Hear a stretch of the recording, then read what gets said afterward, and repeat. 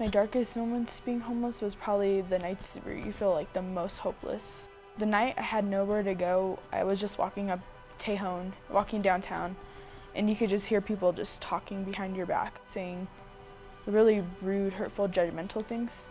When you're already hopeless enough, it hurts a lot.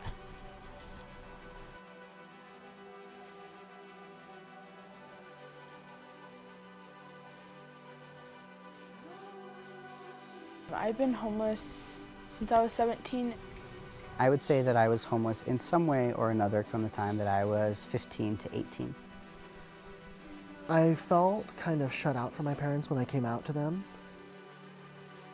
Home is not the walls, it's not the ceiling. The people you want to be with, be around.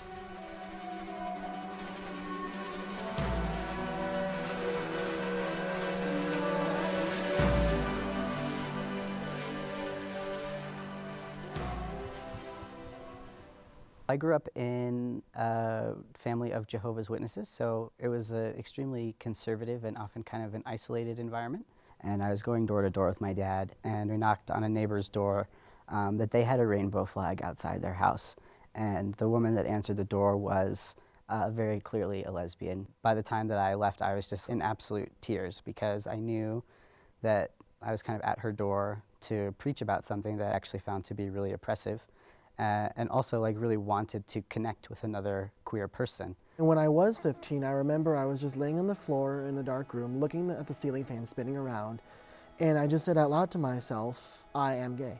The first time that I kind of started trying to come out to my parents, I remember telling my mom that I was having dreams about liking girls, and mostly worried, you know, what does this mean about me? Am I going to be in trouble? There was a huge barrier that just erected right upwards. It felt like I couldn't talk to them anymore from that point. My parents had talked to me about their views as Jehovah's Witnesses. They really treated this as some type of sickness. That experience really scared me. If a parent can move just from that sort of rejecting space to even just more like, I don't get it, I'm not sure I understand everything, but I love you. Just that simple shift right there, that cuts the suicide rate for LGBT youth by 30%.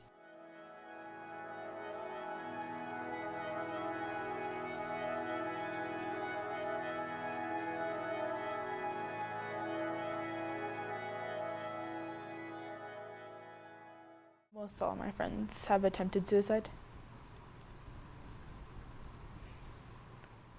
I have not attempted suicide.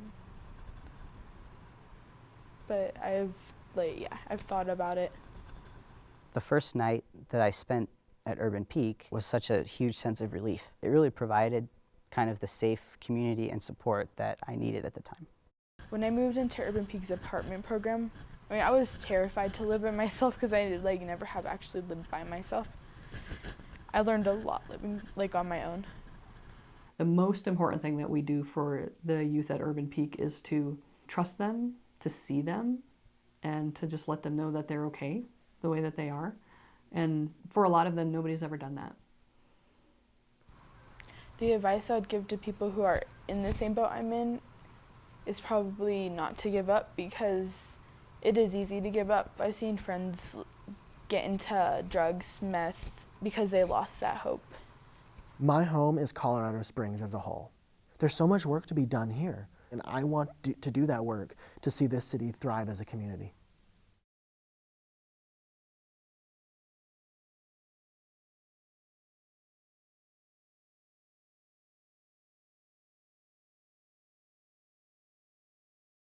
If I were to get the title of Mr. Gay Pride Colorado Springs 2014, all smiles is what I would be for the next month.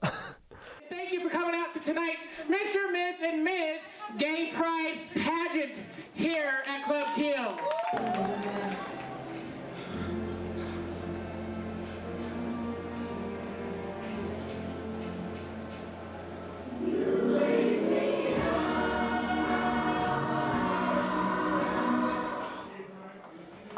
I'm ready.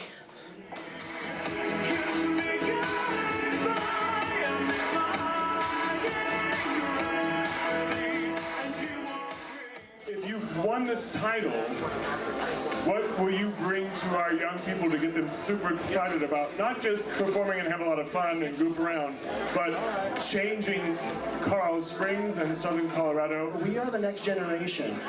We need to be the ones that step up here in the next few years, in the next few decades, to make things happen. Your Mr. Gay Pride 2014-2015 is Mr. Kevin Mannix.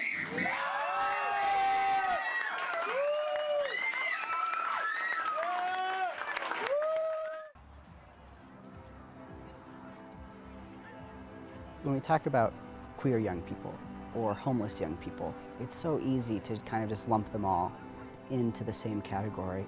I think we can all go a step further than that to really get to know what's important to LGBT youth or homeless youth in our communities. When they can pick up a newspaper and read Cindy and Jane got married, so it's normalized. That's the thing that sends the deepest, loudest message to a young person. This is a really exciting time in Colorado Springs because it seems for the first time in my life to have a really vibrant and inclusive and diverse local community. I don't feel like the biggest obstacle that I'm facing is being queer or trans anymore. What I hope to figure out is where will I be most useful in this community and how can I help to make it a more happy and a more vibrant place.